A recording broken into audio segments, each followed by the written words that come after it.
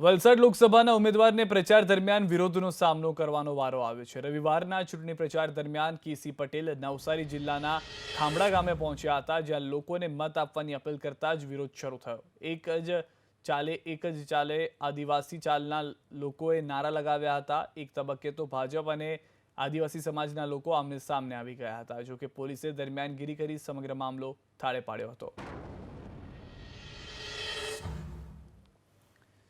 પ્રચાર દરમિયાન પ્રજાના રોષનો ભોગ બન્યા વલસાડ ભાજપના ઉમેદવાર કેસી પટેલ નવસારીના ખાંભડા ગામે પ્રચાર દરમિયાન કેસી પટેલનો લોકોએ વિરોધ કર્યો। એક જ ચાલે આદિવાસી ચાલે ના ગ્રામજનોએ લગાવ્યા નારા। એક જ ચાલે આદિવાસી ચાલેના લગાવ્યા નારા। એક તબક્કે તો ભાજપ અને આદિવાસી સમાજના લોકો આમને સામને આવી ગયા હતા। જો કે પોલીસે દરમિયાનગીરી કરી સમગ્ર મામલો થાળે પાડ્યો હતો। મહત્વના અને મોટા સમાચાર આજના દિવસની અંદર વલસાડ લોકસભાના ઉમેદવારને પ્રચાર દરમિયાન વિરોધનો સામનો કરવો પડ્યો છે। વલસાડ લોકસભાના ભાજપના ઉમેદવારને પ્રચાર દરમિયાન વિરોધનો સામનો કરવો પડ્યો છે। રવિવારના ચૂંટણી પ્રચાર દરમિયાન નીકળેલા કેસી પટેલને નવસારી જિલ્લાના ખાંભડા ગામે પહોંચ્યા ત્યારે વિરોધનો સામનો કરવો પડ્યો। સંવાદદાતા સિદ્ધેશ જોશી અમારી સાથે જોડેલા। સિદ્ધેશ, શા માટે વિરોધનો સામનો કરવો પડ્યો? શું વિરોધ હતો તેમનો, જણાવશો?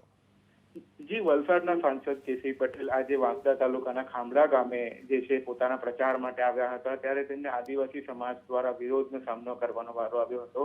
આદિવાસી સમાજની માંગણી હતી કે વિવિધ જે અગાઉથી એ લોકોની જે લડત ચાલુ છે, જેમ કે ભારતમાલા પ્રોજેક્ટ, બુલેટ ટ્રેન, રૂઢિગત ગ્રામસભા, સમગ્ર મુદ્દાને લઈને કેસી પટેલ સાથે લોકો ચર્ચા વિચારણા કરવા માટેની માંગ કરી રહ્યા હતા, પરંતુ કેસી પટેલે તેમને સમય ન આપતા ત્યાં ઉગ્ર બોલાચાલી થઈ હતી, જેને પગલે ચુસ્ત પોલીસ બંદોબસ્તથી ત્યાં ખડકી દેવામાં આવ્યો હતો। SRPની 20 જેટલી જવાનો જે છે ત્યાં ખડકી દેવામાં આવ્યા હતા અને આદિવાસી સમાજના લોકો અને પોલીસ વચ્ચે બી ભારે બોલાચાલી થઈ હતી અને હાલમાં જ મામલો શાંત છે અને કેસી પટેલે આજે જે પ્રચારમાં આવ્યા હતા ત્યારે પોતે આદિવાસી સમાજનો જે છે એ વિરોધનો સામનો કરવો પડ્યો હતો।